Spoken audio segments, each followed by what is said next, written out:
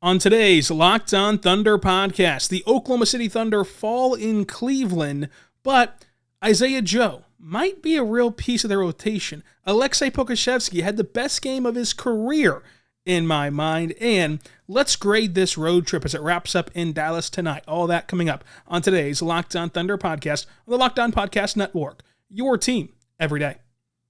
You are Locked On Thunder, your daily Oklahoma City Thunder podcast. Part of the Locked On Podcast Network, your team every day.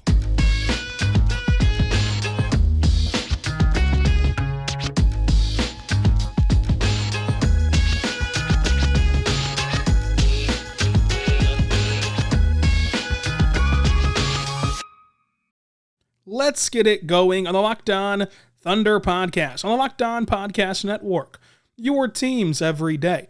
I am your host, media member, and editor-in-chief over at thunderousintentions.com. Rylan Stiles. You can follow me on Twitter at Rylan_Stiles. Follow the show on Twitter at LOThunderPod. Email the show, LOThunderPod@gmail.com. On today's show, brought to you by LinkedIn, we're going to dive into the Oklahoma City Thunder, wrapping up their incredibly long road trip with a loss to Cleveland and a game tonight in Dallas. But is Isaiah Joe a legit piece for the Thunder?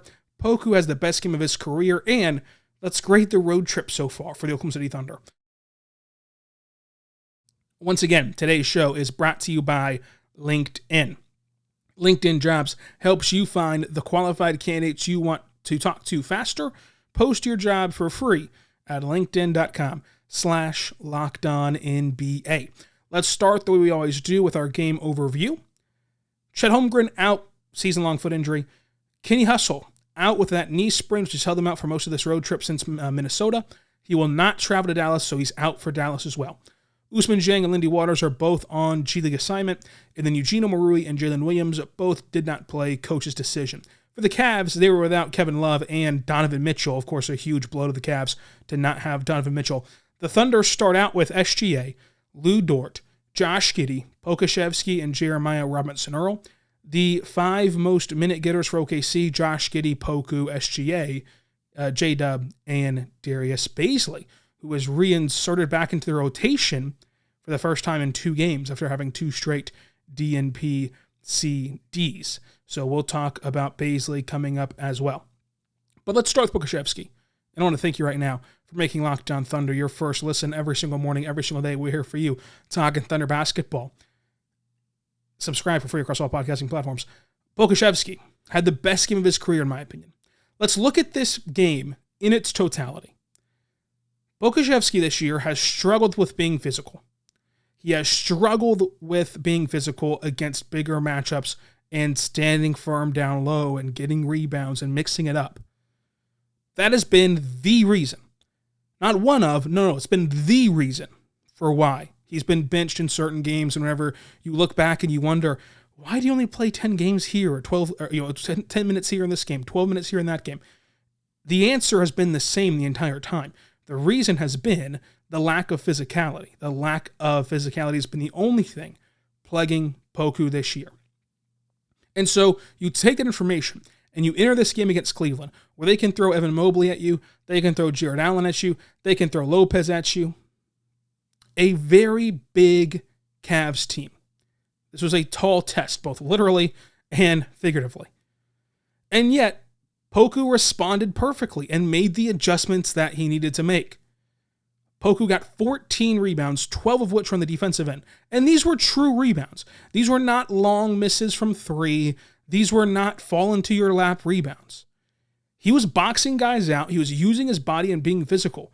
There were many rebounds that he got where Jared Allen is leaning all over the back of Pokusevski, and yet Pokusevski still comes away with the rebound.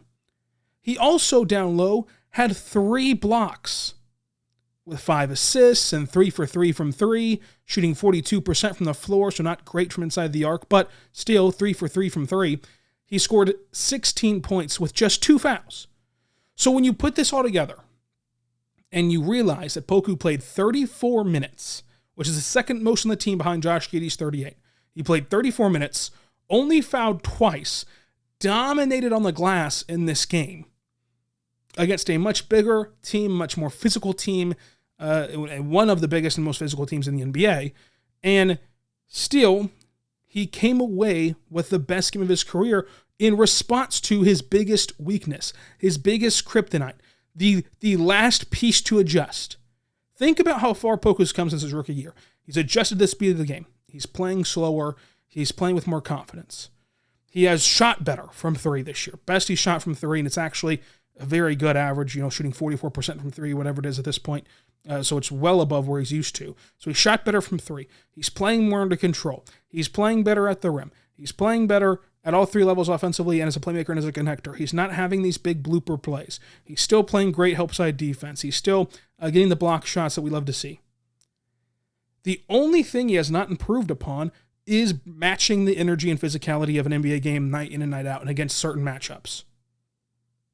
And Mark has punished him for it by sitting on the bench, and not necessarily punishing, but just sending a message and saying, hey, look, we're not going to keep rewarding a bad outcome, so to say.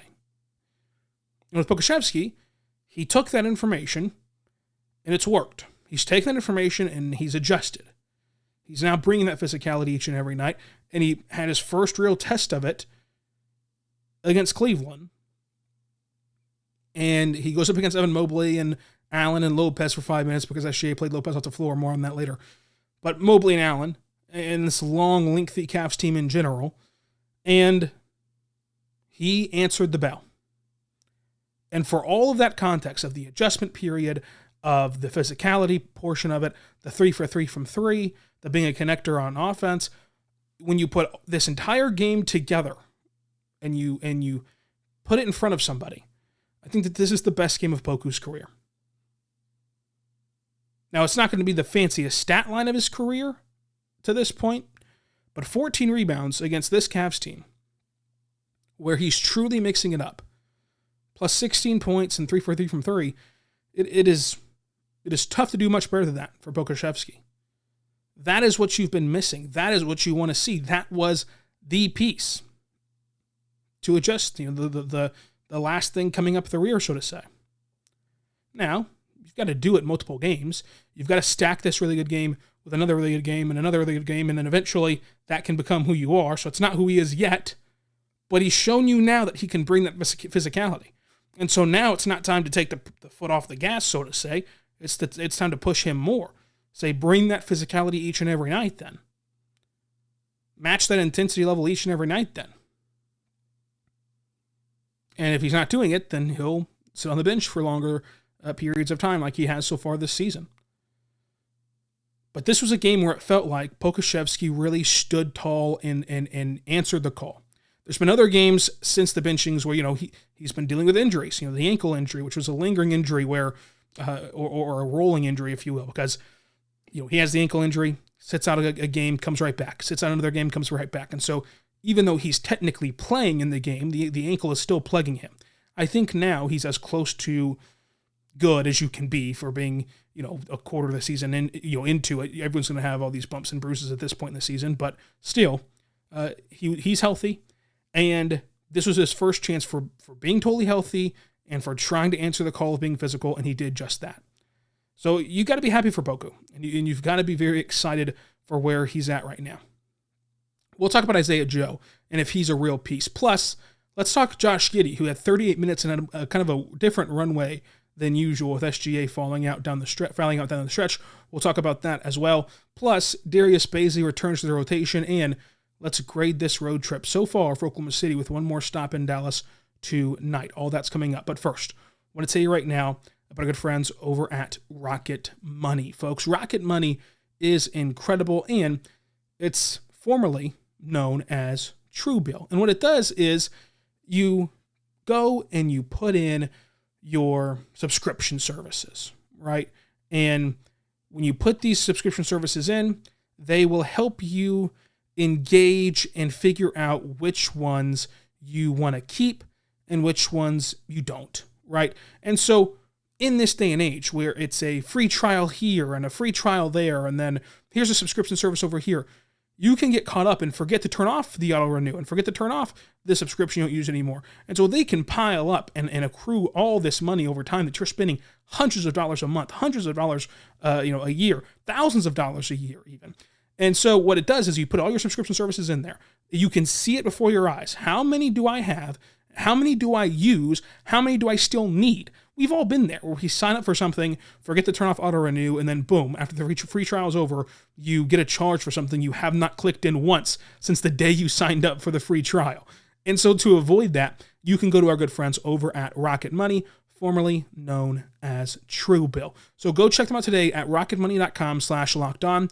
Make sure that you go there because it can seriously save you hundreds and hundreds and hundreds of dollars per year. That's rocketmoney.com/lockedon. Go there right now. rocketmoney.com/lockedon.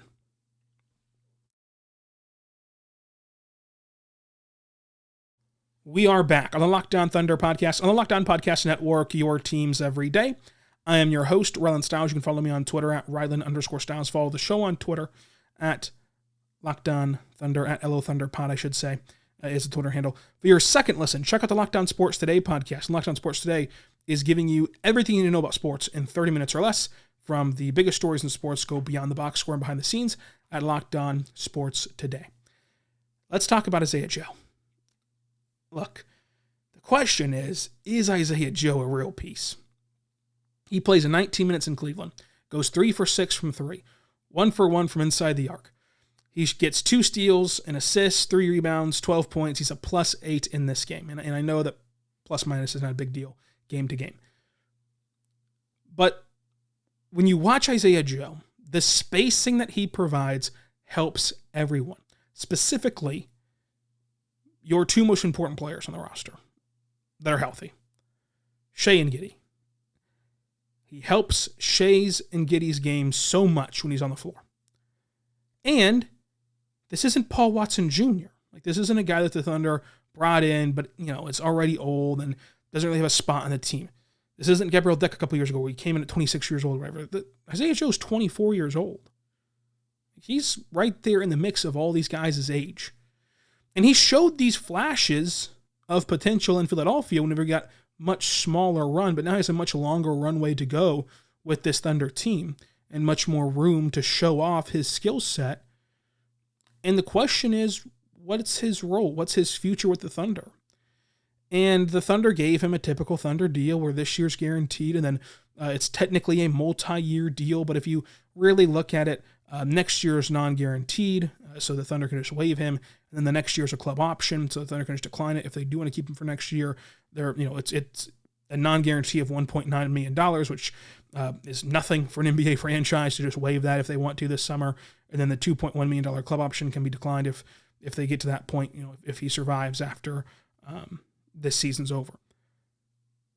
But you look at this Thunder roster, and you've got your own first-round pick and Washington's second-round pick. And as it's trending right now, that Washington second-round pick will be a very valuable one. It will not be one that you just kick down the road or put on a two-way deal. As it stands right now, that Washington second-round pick is a top 40 pick, and it's 37. So it's 7 spots away from a first-round pick. And so that means you're going to need to at least create 2 roster spots. And so financially, your options are Wiggins, who's on a non-guaranteed deal, Isaiah Joe, who's on a non-guaranteed deal, Jeremiah Robinson-Earl is on a non-guaranteed deal, Muscala, who has a $3.5 million club option that you can decline, Baisley, who's a restricted free agent this summer and you don't have to bring back. But other than that, everyone else is locked into a guaranteed NBA contract. And so you've got to create 2 roster spots of those 5 names. Baisley's an easy answer, right? So now you got to create 1 more out of those 4 names. Jeremiah Robinson-Earl seems safe. I think Wiggins should be safe. Then it comes down to Joe and Muscala. Like, even though Isaiah Joe's playing really good, it's how do you find the pathway to keep him in Oklahoma City? And now look, we're not even at Christmas yet, which is where most casual fans say the season starts. So he's got plenty of time, right, to force the Thunder's hand in keeping him. Plenty of time. But I just wonder what the pathway is to making him a legitimate piece on this roster. Because it's no doubt that he helps this current team. It's no doubt that he helps this current iteration of the Thunder. They desperately need his floor spacing to make everything else run smoothly, and in making life easier for Shai and Giddy. In turn, you make life easier to develop players, both Shai and Giddy, but also you're letting J-Dub play his role of being a cutter instead of a corner sitter, and being more of an on-ball player whenever he's not on the floor with Shai or Giddy. You're letting all these guys play a more natural role for what their future role will be for the Thunder because he's on the floor. So Isaiah Joe certainly should get more minutes this year and certainly should be a part of this team for this season. There's no question about that. My only question is, how does it look long term? And I don't know the answer to that. But what do you think in the comment section down below? Do you think that Isaiah Joe should be in Oklahoma City long term? And has he played that well? I think it's still too early to tell. I think it's still too early to make a prediction. If we had to bet your life right now on it, I would say he's not with the Thunder next year, but he's kind of forcing the hand. I think that what he's done, though, to be truthful, is he's made himself an NBA player for next year. Somebody's going to need him. Either the Thunder, who have him under contract, or he's waived, and somebody can use his shooting and his skill set on a vet minimum deal at least. And that somebody could even be a contender.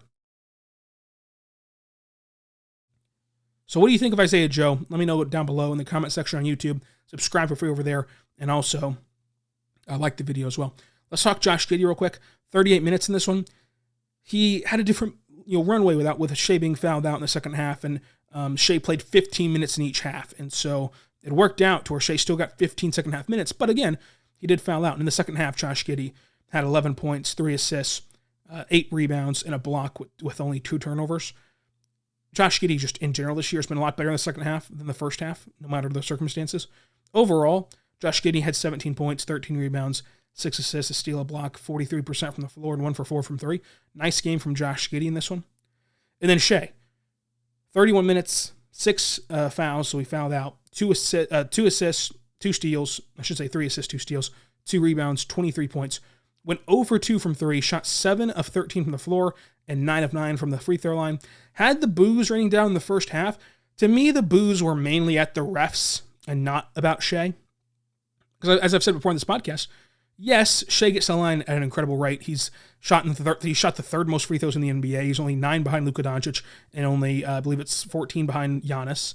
Right? So still, he's a top 3 free throw getter in the NBA. But despite that fact, the way he gets there is not warranted of boos and of opposing fans being upset with him. It's more so at the refs. Because Shai does get downhill. Now, he had one foul in this one where he did get, I believe it was Allen in the air and then jumped into him and got to the line that way. But in general, the vast majority of these free throws are from getting downhill and guys hacking him on his way to the rim. To where it's not the way that Luka does or James Harden did or whatever the case may be where fans really get upset about it. But the boos were out in Cleveland, that's for sure. And that's something that I think you're going to see a lot more of here in the future. But he's just so good. And every game I feel like we're highlighting a different area of what that means. In this game, you saw he literally played guys off the floor. Like he torched Lopez with those shot fakes. Lopez only played 5 minutes. They couldn't keep playing him because SGA just had him in a bind. They'd hunt the switch and boom, you can't play him. Goes back to can't play Canner, right? Great players in the playoffs. When the game's at half court, they're going to hunt the mismatch. It's all about hunting mismatches in the playoffs. That's all it is when you play in the half court set. And whenever you can take away their rotational pieces one by one, that makes you an elite level player. That makes you an MVP conversation player. That makes you a player that can drive a franchise. And so you're seeing with SGA, if he can hunt a specific mismatch and take a guy out of the game, that'll change the complexity of a certain team come playoff time. If you can go and hunt out one of their players. And if nothing else, it makes their bench shorter and that eventually wears them down over the course of a 7-game series. And of course, you're not going to play off the best players in the league, right? Trae Young gets the rap for being an awful defender, which he is. Even if SGA just hunted Trae Young the whole time and torched him, you can't take Trae Young off the floor in a hypothetical playoff matchup, which would have to happen in the finals, whatever the case is. But I'm just saying Trae Young is an example of a player who you could hunt off as who's an actual good player. You can't take him off the floor. So it's never going to be a superstar player like Trae Young. But what it can be is a pivotal player to your rotation. And again, like I said before, it can be just the certain aspect of we want to play 8 guys. Well, if I'm playing off one of your guys, now you're playing 7 over the course of a 7-game series. That really puts a lot of strain on those players left in the rotation. And then, of course, Shai fouled out, only played 15 minutes in each half. That hurt the team, obviously. And that's going to happen. You're going to see guys get in foul trouble. Really, this is like the second time only that Shai's gotten in true foul trouble. That's really impacted the team, so it's not that big of a deal. But we'll talk about J-Dub. We'll talk about Darius Baisley returning to the lineup, and we'll grade this road trip all coming up. But first, I want to tell you right now about our good friends over at LinkedIn. Folks, LinkedIn is incredible. You can go there right now and post your job for free by going to linkedinjobs.com/LockedOnNBA. That is linkedin.com/LockedOnNBA. Folks, these days, every potential hire can feel like a high-stakes wager for your small business. You want to be 100% certain that you have access to the best qualified candidates available. That's why you have to check out LinkedIn Jobs. LinkedIn Jobs helps you find the right people for your team faster and for free.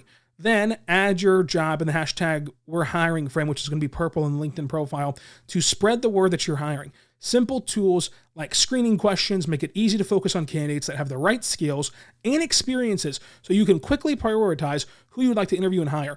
This is why small businesses rate LinkedIn Jobs #1 in delivering qualified hires versus the leading competitors. So check out LinkedIn Jobs. They'll help you find the qualified candidate you want to talk to faster.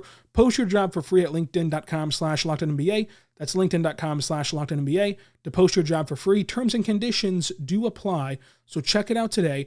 LinkedIn Jobs/LockedOnNBA. That's linkedin.com/LockedOnNBA. LinkedIn.com/LockedOnNBA. We'll talk about Josh Giddey coming up.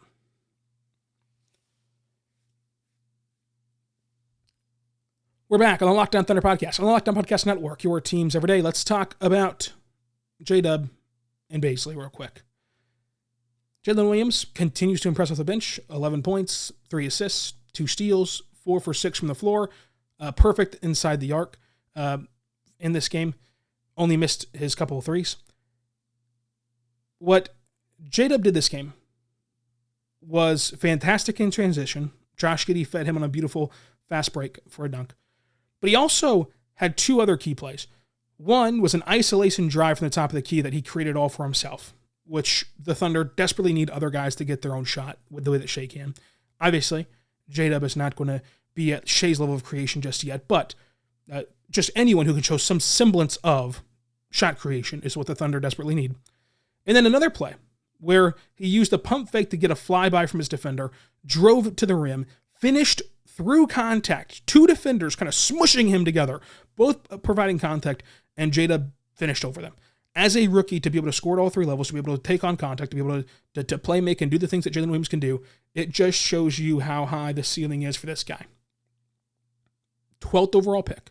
That is perfectly in line to have a rational opinion that he can be an all-star caliber of player. And again, the all-star game is political, and there's only so many spots, so not everyone can even make an all-star game. I mean, look at Mike Conley. He's a perfect example of a guy that led those Memphis teams and was a really good player, but did not get his shot at being a true all-star until the 2020 season, where he was an injury replacement even. So, like, it is hard to make an all-star game officially, but that caliber of player is not out of the realm of possibility for J-Dub and for Ousmane Dieng and for Chet Holmgren. Let's talk Darius Baisley. Building block Baisley, I know, that was a whiff. That was probably my worst take ever. I think it was my worst take ever. Baisley returns to the rotation. 8 points, 3 rebounds, a steal, a block. He had a spinning through the lane shot that he missed, but it looked like it was because he went up with the wrong hand. Like, he went up with the left hand, which is closer to the defender and much harder of a shot because it was not only closer to the defender, but he had to go around the rim. Whereas I think if he goes up with his right hand, which he's probably less comfortable with, obviously, he probably makes it just based on where he was at on the floor. He had 2 corner threes that he splashed home, which he's having the best year shooting the basketball of his career, although everything else is terrible. Worst year ever shooting the ball at the rim. Terrible at the mid-range still this year, but the best he's ever been at shooting the corner 3 this year. He had a strong driving hop-step dunk, which was very fun. Missed a Euro step layup in transition, running the floor hard and fast break. He played 25 minutes, which is the second most minutes he's played this season, only behind that game in Dallas, which beat it by 30 seconds. So for all intents and purposes, it was the most minutes he's played all year, after 2 straight DNP CDs. And I just think that the writing is on the wall for Darius Baisley. And you can go back and listen to last week's podcast where I go more in depth in that. I just don't see a pathway for Baisley to be back in Oklahoma City next year. But let's grade this road trip for the Thunder. There's still one more game tonight in Dallas. But so far, they're 2-2 on the road against all playoff teams. Minnesota, Atlanta, those were the 2 wins. And then Memphis and Cleveland, those are the 2 losses, all on the road. 11 days on the road, 5 games, 4 different time zones. Dallas is up next. And let's not forget that barring a historic blowout loss in Dallas tonight, this is an A road trip grade for the Thunder, for this very young team. Because remember how this happened. So they had a hard-fought game in Minnesota. It was a very hard-fought game where they found a way to close it out. They got up 7. Rudy Gobert got ejected. That actually helped Minnesota, who didn't have Cat or Rudy Gobert, and they got better offensively in Minnesota, and they clung to that lead and barely held on to Minnesota, but they did hold on, and that's very tough to do for a young team.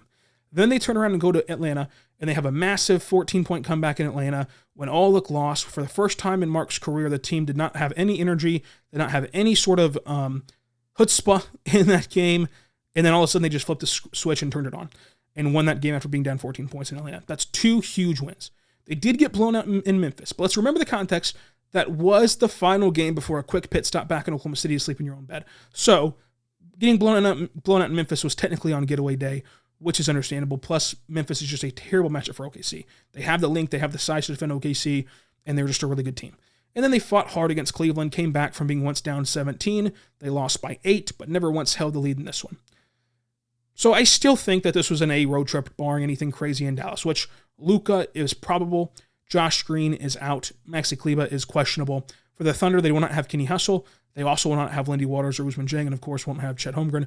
But for every other intents and purposes, the Thunder are fully healthy, and the Mavericks are going to miss 2 key contributors in Maxi and Josh Green. We'll see how that goes in Dallas. Last time out, the Mavericks lost to the Thunder in overtime in the AAC. Hopefully that trending continues on Monday. So the Thunder lose to Cleveland. Again, Cleveland once led by 17. OKC never led. Only this game was only tied 1 time. The Thunder lost by 8. Cleveland won the rebounding battle by 8, despite having the huge size advantage. OKC had 1 less turnover than Cleveland. The Thunder tied points in the paint, again, despite Cleveland dominating with the bigs. OKC tied points in the paint by 54 all. OKC lost second chance points 9-4. They won fast break points 14-8. Listen to this. The Thunder shot 45% from the floor, 34% from 3, and 80% at the line. Pretty good shooting night for the Thunder standards. Cleveland shot 47% from the floor, 37% from the three-point line, and 69% from the free throw line. Very nice game from Cleveland. OKC had 5 in double figures. Cleveland matched them with 5 in double figures as well. The Thunder were plus 4.5, did not cover. MVP of this game is Pokusevski for me. Poku had a great game. Up next, on the Locked On Thunder podcast, Tuesday, recap of the Mavericks game. Wednesday, your mailbag questions. Thursday, Heat recap for that game against the Heat. Friday, draft pod with Richard Stamen talking NBA draft. Saturday, Minnesota recap. Sunday, Memphis recap. And then Monday, I want to talk about Ousmane Dieng in this rookie class and how good that this rookie class can be for the Oklahoma City Thunder, and just talk about the rebuild in general and kind of grade out who we have in the pecking order of the Thunder at this point. So a lot to dive into, a lot coming your way. Subscribe for free on all podcasting platforms, including on YouTube. And until tomorrow, be good and be good to one another.